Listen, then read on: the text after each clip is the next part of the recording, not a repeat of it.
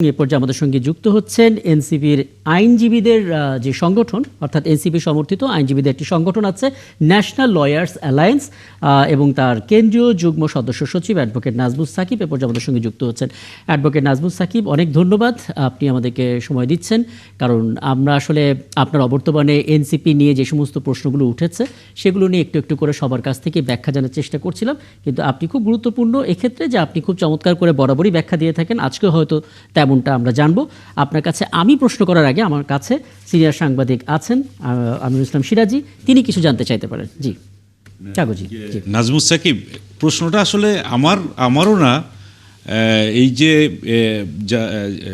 জামাত ইসলামের সঙ্গে এনসিপির যোগদানের পরপরই আপনাদের দলের বেশ কয়েকজন শীর্ষস্থানীয় নেত্রী, বিশেষ করে যেমন তাবাসসুম, তারপরে সামান্তা, তাজনুভা এবং তাসনিম, যারা তারা মানে অনেকটা নিষ্ক্রিয় থাকে, এবং তাসনিম যারা অলরেডি আপনাদের ওখান থেকে সরে গিয়ে স্বতন্ত্র হচ্ছেন। তো এখন কথা হলো, তারা বলছেন যে তারা বুঝতে পারছেন যে জামাত ইসলামের সঙ্গে এনসিপির একটা আদর্শগত মিল তারা খুঁজে পাচ্ছে, এবং এই কারণেই তারা এখান থেকে সরে দাঁড়াচ্ছে। আপনি কি সেইটা মনে করেন কিনা? আমরা এই প্রশ্নটা একটু। জি ধন্যবাদ। আসলে প্রশ্নটা এবং আজকের রাতটা আমার জন্য খুবই টাফ সময় আমার জন্য। আমি আগে আমার ব্যক্তিগত পজিশনটা একটু ক্লিয়ার করি। জি, আমাকে কি শোনা যাচ্ছে? একদম পরিষ্কার শোনা যাচ্ছে নাজমুস সাকিব। শোনা যাচ্ছে। আমার ব্যক্তিগত পজিশন হচ্ছে, জামাতের সাথে যে আমাদের নির্বাচনী সমঝোতা বলেন, যাই বলেন, এটা আমি ব্যক্তিগতভাবে এন্ডোর্স করি না। জি, এটা আমার পছন্দ না। আচ্ছা, আমি জামাতের যে ব্যাগেজ, এটা আমি বহন করতে রাজি না। এটা হচ্ছে আমার ব্যক্তিগত পজিশন। আচ্ছা, এখন সেটার আরো নানান কারণ আছে, আমি কেন করতে চাই না, আমি ডিটেলস আলাপ হয়তো এখানে পরে কি আমরা কোনো ফেসবুক স্ট্যাটাস দেখবো আপনার? সেটা তো খুব এখনো মানে কি বোঝাতে চাচ্ছেন সেটা আমি বুঝতে পারতেছি না আর কি। আচ্ছা, যাই হোক, জি বলতে দাও। আমি বিভিন্ন ফেসবুক স্ট্যাটাসে আমি লিখেছিও কেন কিভাবে পছন্দ করি না, অল্প বিস্তর যা লেখার আমি লিখেছি। জি একইভাবে আমাদের যে বিভিন্ন নারী নেতৃবৃন্দ, যে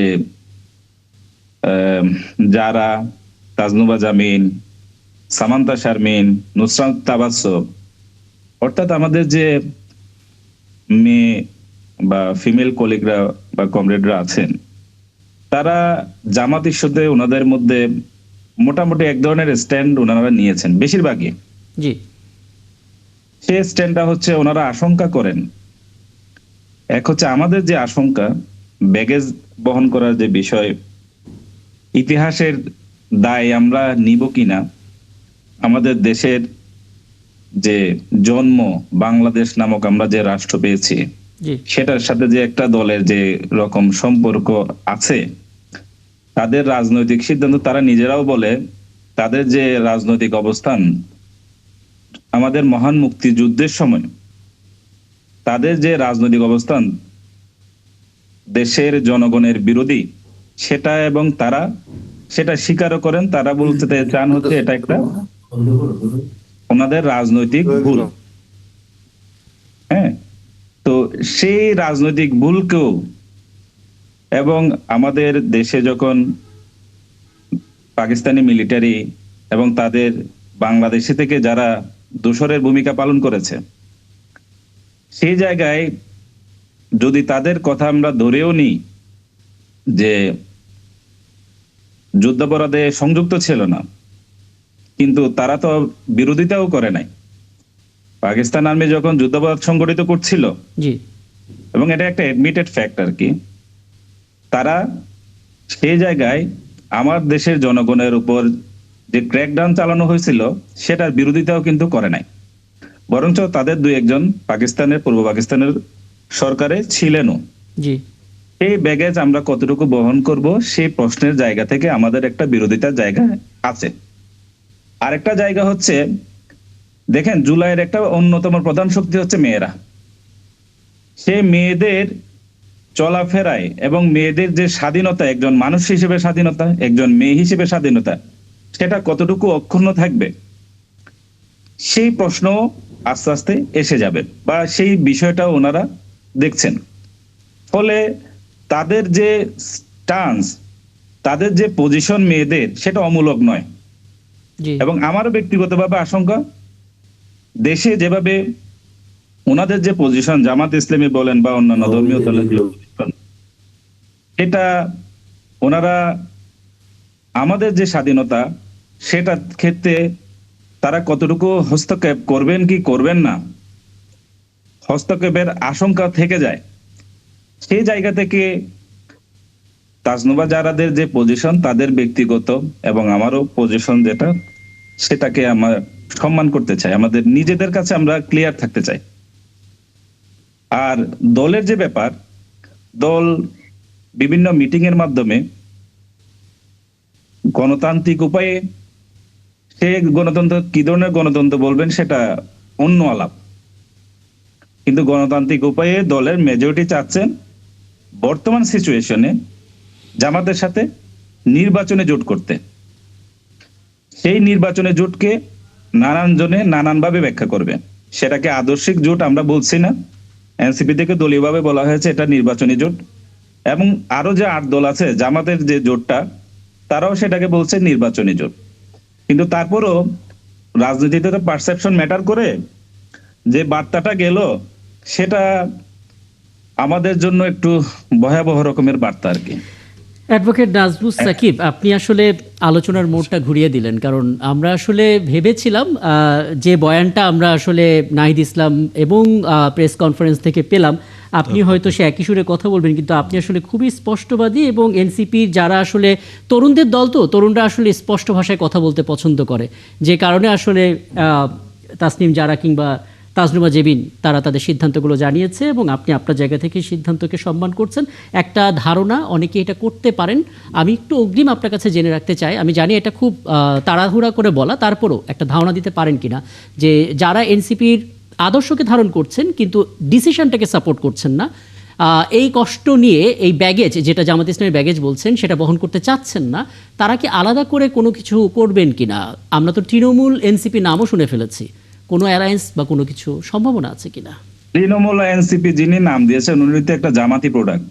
হ্যাঁ, উনি কি বলছে না বলছে তাতে আমাদের কিছু যায় আসে না। সরি টু সে, অন্যরা অন্যভাবে মনে কিছু নিয়েন না। জি, আমরা যারা জুলাইয়ের স্পিরিটকে ধারণ করেছি, দেখেন জুলাইয়ে মেয়েরাই হচ্ছে পথ দেখিয়েছে।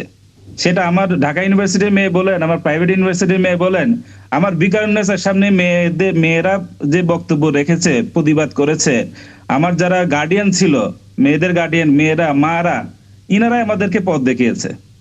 ফলে আমাদের যে এখন বর্তমান যে পজিশন, আমরা পার্টির যে সিদ্ধান্ত, সে ব্যাপারে আমাদের একটা অবজেকশন আছে, কিন্তু আমি সরাসরি পার্টির একে বিরোধিতা করছি না, আমি ওনার বিরুদ্ধে তো ওভাবে বিদ্রোহ ঘোষণা করছি না। হ্যাঁ, পার্টির যে লাইন আছে, পার্টি এখন মনে করছে জামাতের সাথে জোট করবে, কিন্তু আমাদের যে নোট অফ ডিসেন্ট বলেন জি, বা যাই বলেন, জি, আমাদের যে ব্যাপারটা, আমাদের প্রতি যে মানুষের যে আশা আকাঙ্ক্ষা, জি, সেই জায়গায় মানুষ হতাশ হয়েছে। কিন্তু মানুষের, আমি যে পলিটিশিয়ান, আমাদের যে 19 বছরের রাজনীতি, আমার ছোট্ট লাইফেও আমার 19 বছরের দীর্ঘ রাজনৈতিক ক্যারিয়ার আছে। জি, সেই ক্যারিয়ার থেকে মানুষ আমাদেরকে যে জুলাইয়ের মাধ্যমে যে আমাদের প্রতি যে আশা আকাঙ্ক্ষা আছে, সেই আশা আকাঙ্ক্ষাকে আমরা চেষ্টা করছি এনসিপির মাধ্যমে রেস্টোর করার। পরবর্তীতে কি হবে সেটা তো এত আগাম আমরা বলতে পারছি না। পারবেন না, এভাবে কিন্তু আপনি এখনো যতটুকু বলেছেন ততটুকু আপনি একেবারে নিজেকে স্পষ্ট করেছেন। আমি একটু অ্যাডভোকেট সাজ্জাদ আপনার কিছু একটু আসতে চাই।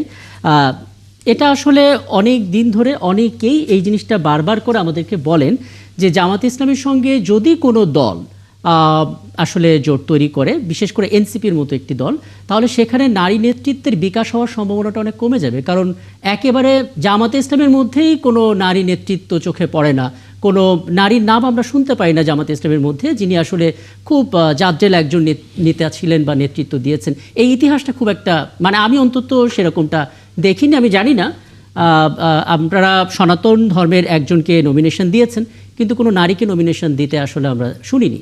যদি ভুল করে থাকি আপনি আমাকে একটু সংশোধন করবেন, পারলে ব্যাখ্যাটা একটু দেবেন, যেটা আসলে অ্যাডভোকেট নাজমুস সাকিবও করছিলেন যে শঙ্কাটা। জি, আচ্ছা, এখানে ওনার কিছু প্রশ্ন আমি হয়তো আমি একটা জিনিস বলি, একটু ছোট করে যদি উত্তরটা দেওয়া যায় তাহলে ভালো হয়। হ্যাঁ, জি, আচ্ছা, সেটা হচ্ছে কোন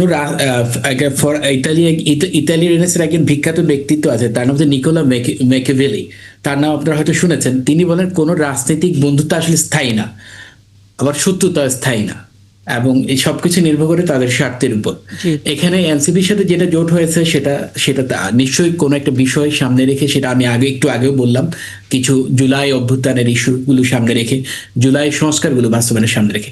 এখন আপনি যে প্রশ্নটা করলেন সেটা হচ্ছে নারী নেতৃত্বের ইস্যু। দেখেন, প্রতিটা সফল পুরুষের পেছনে কিন্তু একজন নারীর ভূমিকা থাকে, এবং জামাত ইসলামের যত নেতৃত্ব আপনি দেখতে পাচ্ছেন, যত জামাত ইসলামের যে প্রগ্রেসটা দেখতে পাচ্ছেন, সেই প্রগ্রেসের পেছনের বড় একটা অংশ কাজ করছে আসলে নারী নেতৃত্বের তারা কাজ পেছনে করছে। থাকবে? হয়তো আপনারা নামগুলো সামনে মানে দেখতে তারা পাচ্ছেন পেছনে না, থাকবে, তারা অথবা সামনে আসবে তারা না? মিডিয়া প্রেমী না, তারা হয়তো মিডিয়ার সামনে আসে না। তারপর আপনি দেখবেন আমাদের প্রচুর নারী নেতৃত্বরা সামনে এখনো প্রেস ব্রিফিংগুলোতে আসছেন। তারপর মিরপুরে মনে হয় একজনকে নমিনেশন দেওয়ার কথা ছিল, হয়তো এখন মানে ওনাদের সাথে এখানে একটু ছোট করে যদি আমাকে একটু সুযোগ দেন, মানে সুযোগটা নিতে চাই এই অর্থে যে আপনি আসলে খুব চমৎকার করে সবসময় ব্যাখ্যা করেন। মানে জামাত ইসলামের তো ইতিহাস এখনকার না, অনেক দীর্ঘ মানে ইতিহাস, এবং তার একটা বড় রাজনৈতিক দল। সব সময় এই রাজনৈতিক দলের নারীরা নিজেদেরকে মিডিয়া থেকে আড়াল করে রাখতে চান, মানে তারা আসলে নেতৃত্বে বিকাশ করতে চান না এবং পেছনে থাকতে চান, মানে এটাই বোঝাচ্ছেন কি? দেখুন, এক্সপ্রেস প্রদর্শনের ইচ্ছা, মানে নিজেকে এক্সপ্রেস করাটা কিন্তু নেতৃত্ব না। নেতৃত্ব হচ্ছে পেছন থেকে কাজগুলো করানো।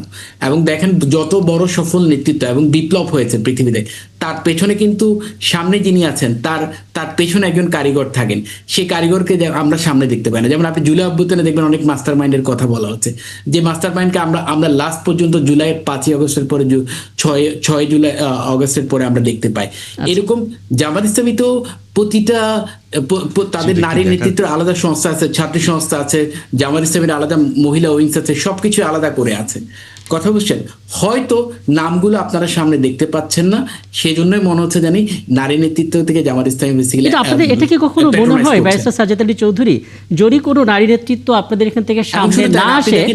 ঢাকা ইউনিভার্সিটির ডাকসুতে দেখেন নারী নেতৃত্ব আছে, চাকসুতে দেখেন নারী নেতৃত্ব আছে, তারপর রাজশাহী ইউনিভার্সিটিতে দেখেন নারী নেতৃত্ব আছে। কোথায় নেই? আসলে আমি আসলে সেটা বলছি না ব্যারিস্টার সাজ্জাদ আলী চৌধুরী, আমি যেই অর্থে ডাক্তার শফিকুর রহমান, আমি বলছি জামাত ইসলামের আমির, হ্যাঁ, এরকম আমি গোলাম পরোয়ার, তার কথা আমরা বলতে পারছি খুব কনফিডেন্টলি, এবং সংবাদও আমরা সেগুলো উচ্চারণ করছি। এমন কোনো নারী নেতৃত্বের নাম আমরা উচ্চারণ করতে পারছি না জামাতে ইসলামীর যে দল, সেই দলের মধ্য থেকে।